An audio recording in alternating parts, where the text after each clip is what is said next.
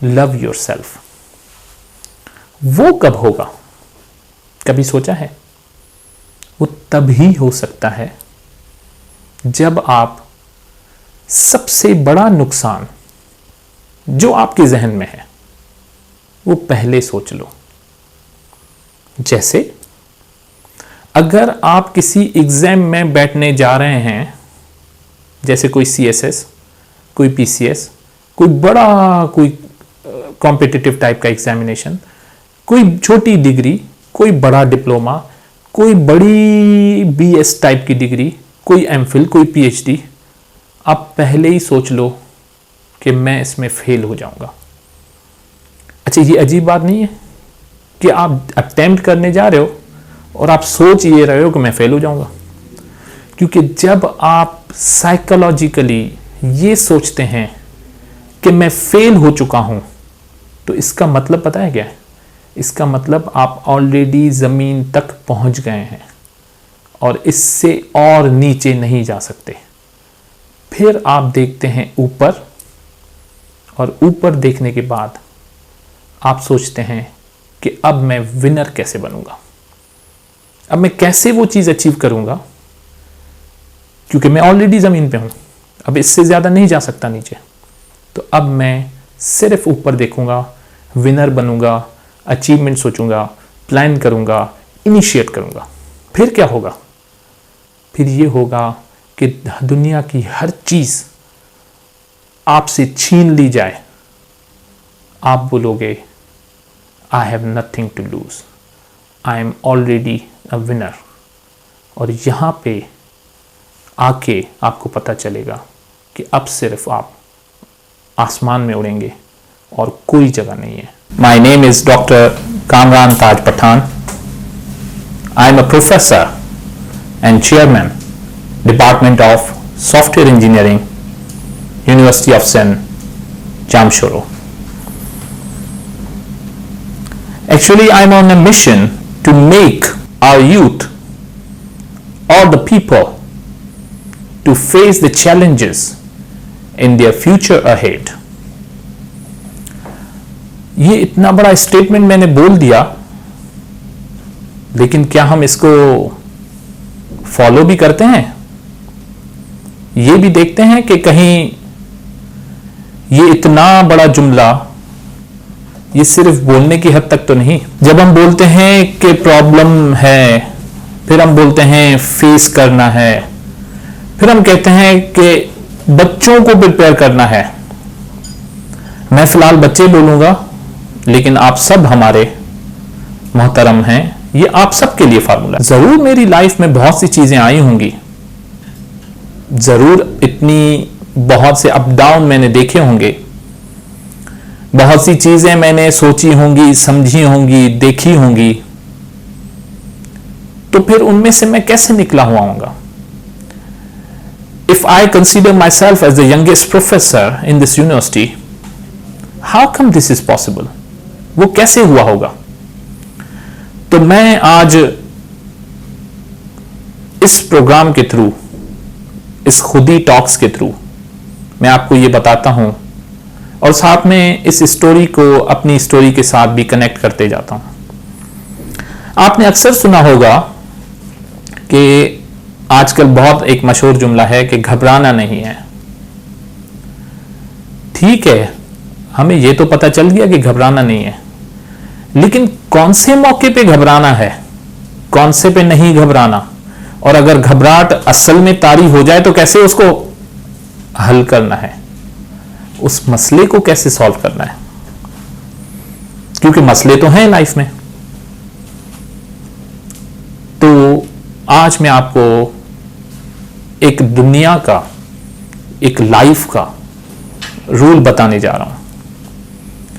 Rule of life क्या है कि आपको जो चाहिए आपको नहीं मिलेगा। अच्छा, अगर ये हम बोलते हैं कि आपको जो चाहिए वो आपको नहीं मिलेगा, तो एकदम से आपके जहन में मायूसी तारी हो जाती कि ये तो उठते ही एक प्रोफेसर साहब ने बोल दिया कि जो आपको चाहिए वो नहीं मिलेगा, और फुल स्टॉप भी कह दिया और कहा कि बस इसके बाद कुछ भी नहीं है। नहीं, मैंने अभी ये कंप्लीट नहीं किया जुमला। मैंने कहा जो चाहिए आपको लाइफ में वो नहीं मिलेगा, फुल स्टॉप। लेकिन आपको सब्र और शुक्र करना है। अब ये एक नया स्टेटमेंट आ गया, एक तो नहीं मिल रहा, ऊपर से सब्र शुक्र। ये तो पॉसिबल ही नहीं है। पॉसिबल है, हर चीज मुमकिन है, सिर्फ हमारी विल हो, विश हो, हम पुख्ता हों, हम उम्मीद करें, हम नाउमीदी और मायूसी को एक जगह पे रख के सोचें, तो फिर जरूर इसका भी कोई फॉर्मूला होगा। जब रूल ऑफ लाइफ ये है तो फिर उसका कोई हल भी होगा। तो हल क्या है कि हम नाउमीद भी ना हो, मायूस भी ना हो, उससे निकल भी जाएं और अपनी कश्ती को पार लगाते हुए दूसरी जगह पे पहुंच। उसके लिए मेरी आपके पास 3 पॉइंट्स मैं आपके सामने रख रहा हूं। अच्छा, इन 3 पॉइंट्स को मैं क्या करता हूं, मैं इनको रिवर्स डायरेक्शन में लेके जाता हूं, और फिर जब मैं इसको एंड करूंगा तो फिर मैं दोबारा इसको फॉरवर्ड डायरेक्शन में लेके आऊंगा। फॉरवर्ड और रिवर्स का मतलब क्या है, पहले मैं 3 2 1 बताता हूं और फिर मैं आखिर में इसको 1 2 3 करता जाऊंगा। तो सबसे पहले पॉइंट है लव योरसेल्फ, अपने आप से मोहब्बत करें। अच्छा, अपने आप से मोहब्बत, थोड़ी देर पहले बात चल रही थी नाउमीदी की, मायूसी की, बात चल रही थी कि आपको जो मिलेगा वो नहीं, मतलब जो भी चाहिए आपको नहीं मिलेगा, तो फिर कैसे लव योरसेल्फ? उस वक्त तो बिल्कुल काले बादल जो है हमारे सर पे मंडला रहे होते हैं, हम तो पूरी तरह से नाउमीद, मायूस और ये वो हो जाते हैं। उस टाइम पे कैसे लव योरसेल्फ होगा? तो फिर दूसरी पॉइंट क्या है, मैंने 3 बताया पहले, फिर मैं दूसरी पे आता हूं। दूसरी चीज क्या है? दूसरी चीज है हेल्प अदर्स, आप दूसरों की मदद करना शुरू कर दें। अच्छा, अब यहां पे आप शायद कुछ और मुझसे शायद लड़ना भी शुरू कर दें कि सर क्या बोल रहे हैं, पहले आपने कहा कि नाउमीदी है, मायूसी है, कुछ नहीं मिल रहा, कुछ नहीं मिलेगा, सब्र करो, शुक्र करो, और फिर उसके बाद आपने कहा लव योरसेल्फ, और अब उल्टा हेल्प अदर्स। हम हेल्प कहां पे करेंगे? हम तो खुद हेल्प के तलबगार हैं, हमें तो खुद हेल्प चाहिए, हम तो खुद चाहते हैं कि हमें कोई बंदा मिले और हमारी हेल्प करे, या इस दुनिया में मिले या आसमान से कोई आ जाए। नहीं, मैं दोबारा अपनी बात पे कायम हूं, हेल्प अदर्स। मैं इन सब चीजों को एक्सप्लेन करूंगा आपके सामने। तो फिर पहली पॉइंट क्या है? तीसरी हो गई लव योरसेल्फ, दूसरी हो गई हेल्प अदर्स। तो पहली पॉइंट क्या है? पहली पॉइंट है कनेक्ट। और यहां से अब मैं दोबारा शुरू करता हूं। With whom you want to connect, किसके साथ कनेक्ट हो जाएं कि हमारी वो नाउमीदी, हमारी वो मायूसी, हमारा वो अकेलापन, हमारा वो जो है वो एक घने बादल जो छाए हुए हैं वो खत्म हो जाएं। तो कनेक्ट सबसे पहले अपने से ज्यादा ताकतवर से कनेक्ट हो जाएं। अच्छा, आपके जहन में आ रहा होगा कहीं ये पेरेंट्स की बात तो नहीं कर रहा, क्योंकि हम अपनी लाइफ में जब तक चल रहे होते हैं हम उनको ही एक स्ट्रॉन्गर एंटिटी समझते हैं, हमसे ज्यादा ताकतवर हमें वो दिखते हैं, और हम कितने भी बड़े हो जाएं हम उनके मातहत ही रहते हैं।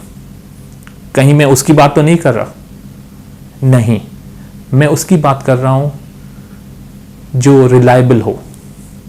तो आपके जहन में अचानक आ जाएगा कहीं सर दोस्त की बात तो नहीं कर रहे, कहीं उसकी बात तो नहीं कर रहे जो हमारे दोस्त हैं, जिन पे हम रिलाय करते हैं, जिन पे हमारा इन्हिसार होता है, वो हमारे साथ होते हैं, हम उनसे मदद मांगते हैं। नहीं, तो तीसरी पॉइंट है जो हर वक्त अवेलेबल हो। तो एकदम से शायद आपके माइंड में connection with stronger, reliable, available, तो आपके जहन में शायद ये आ जाएगा कि कहीं सर रूमी टाइप की बातें तो नहीं कर रहे, कहीं वो ये तो नहीं चाह रहे कि महबूब के साथ कनेक्ट हो जाओ, कहीं वो ये तो नहीं चाह रहे कि इश्क करो, कहीं वो ये तो नहीं चाह रहे कि वो बंदा वो बंदी जो हर वक्त अवेलेबल है उसके साथ कनेक्ट हो जाओ। नहीं, जब मैं चौथी पॉइंट बोलूँगा तो आपके सामने वो चीज़ें क्लियर हो जाएंगी। तो connect with stronger, connect with reliable, connect with available, the one who is available every time, और चौथी पॉइंट है the one who is not going to die. तो अब मेरी बात आपको क्लियर हो गई होगी कि वो कौन सी एंटिटी है जो अवेलेबल भी है, स्ट्रॉन्गर भी है और रिलायबल भी है। मजे की बात कि वो मरता भी नहीं है, वो हर वक्त मौजूद है। तो मैं बात कर रहा हूं असल में with the divine powers, with the Almighty, with the God, with the Allah, what ever religion you may से, मैं उसकी बात कर रहा हूं। और अगर आप एथियस्ट हैं तो मैं एनर्जी की बात कर रहा हूं, अगर आप साइंटोलॉजी से हैं तो मैं साइंस की बात कर रहा हूं। मैं सिर्फ ये बात बोलना चाह रहा हूं कि हम बचपन से ही जब भी कोई चीज में उलझते हैं तो हम अपने से ऊपर देखते हैं, अपने से स्ट्रॉन्गर देखते हैं, अपने से रिलायबल देखते हैं, क्योंकि बाकी सबको शायद हमारे दिमाग में मौत भी आ जाए, शायद वो ऊंघ भी ले, शायद वो नींद में भी आ जाए, लेकिन सिर्फ हम एक डिवाइन पावर्स को समझते हैं कि ये जो है ना, ये कभी नहीं हमसे जाएगा, और फिर हम उसके साथ कनेक्ट होता है। तो मैं जो बात कर रहा था वापस उसको स्टेप्स में बताऊं कि जब आपको जो चीज चाहिए नहीं मिलेगी, सब्र और शुक्र करें, नाउमीदी और मायूसी छोड़ दें। उसका तरीका क्या है? Connect, connect with power, connect with who is always available, never going to die. And second thing क्या है? सेकंड थिंग है हेल्प अदर्स। अच्छा, अब ये क्यों? कनेक्शन का तो बात समझ में आ गई कि मुझसे ज्यादा पावरफुल है, मैं उससे मदद मांग रहा हूं। हेल्प अदर्स का कहां पे कनेक्शन हो रहा है? ये कहां पे ये जुड़ रही है? ये चीजें वो जुड़ रही हैं इस हिसाब से कि जब आप किसी के साथ एम्पैथी करेंगे, आप उसके साथ बैठेंगे, आप उससे बातें करेंगे, तो यकीन कीजिए आपको पता चलेगा कि आपका तो गम कोई है ही नहीं। आपके पास तो इतने गम हैं ही नहीं जितने आपने सोचे थे। आपने तो जो सोचा था वो तो था ही नहीं। असल तो बात कुछ और थी।